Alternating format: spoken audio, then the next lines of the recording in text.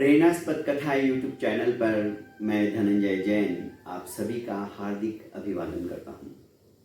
दोस्तों, एक पर्यटक ऐसे शहर में आया जो शहर बुरी तरह से उधारी में डूबा हुआ था। पर्यटक एक होटल पर पहुंचा जो कि होटल और रेस्टोरेंट दोनों से युक्त था।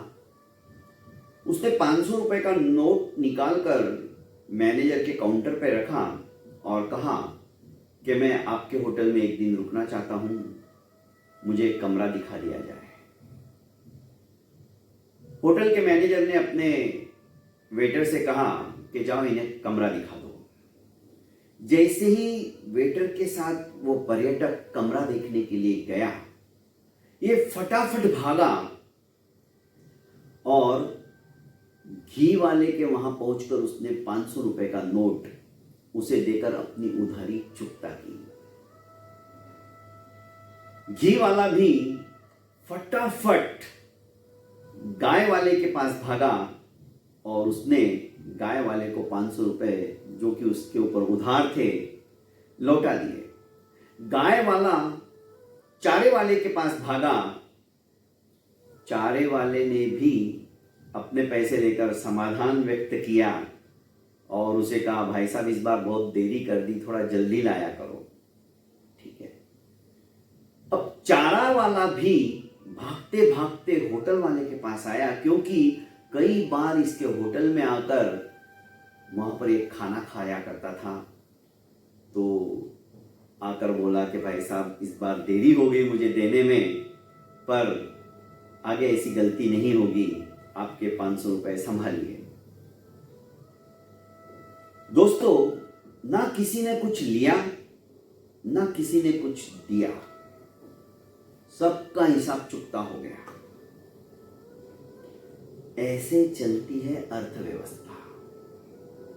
पर जब हम थोड़े से लालच में आकर ऑनलाइन पेमेंट करके विदेशों का माल मंगाते हैं ना, तो हमारी अर्थव्यवस्था चरमरा जाती है। उस छोटे से लाभ के कारण से वो पैसा हमारे देश के अंदर नहीं घूम पाता है। ज्यादा से ज्यादा अपनों का भला करो, अपनों का साथ दो, अपनों के साथ रहो।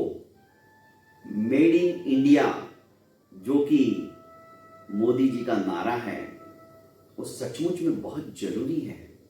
हमारे यहां की चीजों के ऊपर यदि हम विश्वास रख के उसे लेंगे, खरीदेंगे, तो शायद हमारे घर के अंदर भी एक रौनक सी आ जाएगी, क्योंकि वो पैसा हमारे साथ ही घूमता रहेगा और यही पैसा देश को सुदृढ़ बनाता है, मजबूत बनाता है। इसे ही अर्थव्यवस्था के अंदर अर्थ नियोजन करते हुए अर्थ को परमार्थ में भी लगाने की बुद्धि जागृत होती है। और यही कारण है आज भी वे संस्कार हमारे भीतर है।